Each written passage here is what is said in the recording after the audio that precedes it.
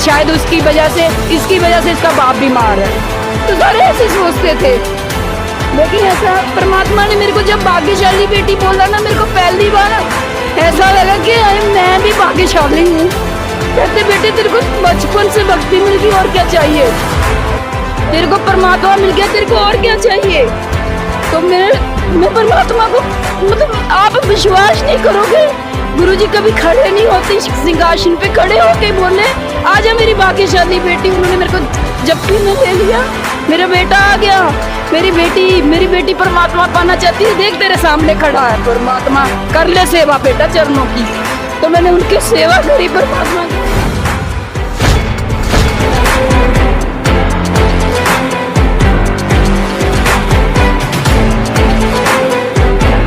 नमस्कार बहन जी। नमस्कार साहिब जी। क्या नाम है जी आपका? हरमनदीप कौर। हरमनदीप जी, ये बताइए संत रामपाल जी महाराज के जो इतनी तादाद में शिष्य आते हैं यहाँ, वो किस उद्देश्य से आते हैं? जो भी यहाँ पे मतलब के शिष्य आते हैं परमात्मा के, वो परमात्मा के लिए ही आते हैं। मतलब परमात्मा के लिए कुछ भी करने के लिए वो तैयार है, उन्हीं के लिए ही आते हैं, और कोई इनका मोटिव नहीं है, बस परमात्मा के लिए कुछ भी करने को तैयार है। जब भी उनकी डेट होती है तो सारे यहाँ पे आते ही आते हैं, क्योंकि हमें पता है कि वो परमात्मा है। दुनिया के लिए वो कुछ भी हों, लेकिन हमारे लिए परमात्मा, हमारी जान हाजिर है उनके लिए। कैसे साबित कर सकते हो? साबित कर सकते हैं, क्योंकि देखिए जब मैं उनकी शरण में आई थी ना, तब मैं बहुत ज़्यादा बीमार थी। तो मैं पहले विश्वास नहीं करती थी, मैंने संत रामपाल जी पे भी विश्वास नहीं किया था। तो मैं कुछ नहीं, अभी मैं MA B.Ed हूँ, लेकिन जॉब के लिए ट्राई कर रही हूँ। परमात्मा जब दया करेंगे तो मिल जाएगी। लेकिन ये है कि जब मैं परमात्मा की शरण में आई थी तो मेरे को काफ़ी प्रॉब्लम्स थी। तो मैंने पहले ये सोच के नहीं आई थी कि मेरे को प्रॉब्लम्स हैं, तो मैंने परखा था उनको, अंदर ही अंदर परखती थी। मैंने कहा मैंने परखना है उनको। तो मेरे मम्मी और पापा बोले, कहते बेटे संतों को परखा नहीं करते। तो वो बहुत धार्मिक विचारों के थे, इसलिए बोले थे। लेकिन मैंने कहा भाई आप ठीक है, आपकी सोच है, लेकिन मेरी सोच आपसे अलग है थोड़ी, तो मैं तो परखूँगी। मैंने कहा अगर ये पूर्ण संत हैं तो मेरा नाम लेकर बताएं कि हरमनदीप कौर, जिस दिन इन्होंने मेरे बिना बताए मेरा नाम ले दिया ना, मैं मान लूँगी भी हाँ ये पूर्ण संत हैं। तो जब हम गुरुजी के पास आए, सब ने बताया भी ऐसे ऐसे, मेरे पापा बीमार थे, हम उनको लेकर गए थे, उनके दोस्त ने बताया था कि ऐसे ऐसे संत हैं। तो वो भाई ऐसे परमात्मा की उनके भाई जब उनकी शरण में आप जाओगे तो आपके सब दुख दूर होंगे, आपका यहाँ तो सवरेगा ही सवरेगा, आपका आगे भी सवर जाएगा। तो यानी कि आपका जब उनकी शरण में जाओगे ये सारा कुछ तभी होगा।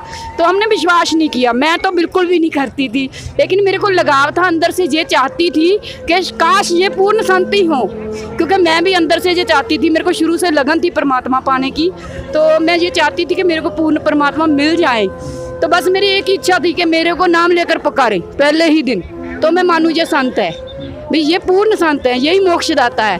क्योंकि सारे ये कहते थे कि संत रामपाल जी महाराज ऐसी भक्ति विधि बताते हैं जिससे हमें, हमारा यहाँ का तो सवरता ही है, तो हम सतलोक जाते हैं, मरने के बाद भी हमारा जीवन मरण मुक्त हो जाते हैं हम।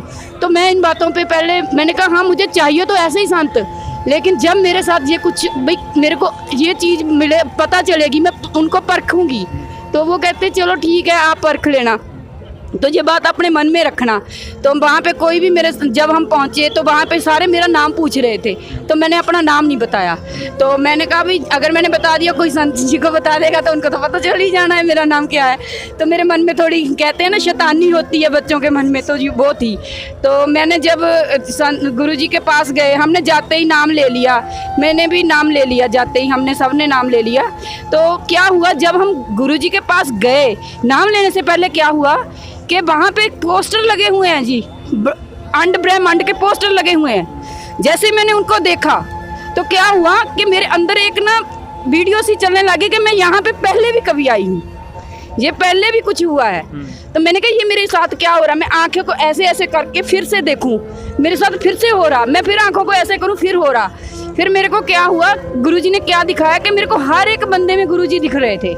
मैंने कहा ये तो मैंने बुक पे देखे थे, जो बुक हमें गुरुजी की मिली थी तो उसको हमने पढ़ा था, भक्ति सौदागर को संदेश थी पहले बुक आती थी, तो मैंने उस पर देखा, मैं कहा हाँ ये तो वही परमात्मा है भाई, ये तो वही गुरुजी हैं भाई, हर एक बंदे में मेरे को कैसे दिख सकते हैं। तो मैंने एक भगत जी को बोला, मैं कहा भगत जी वो बस में गुरुजी गए हैं क्या?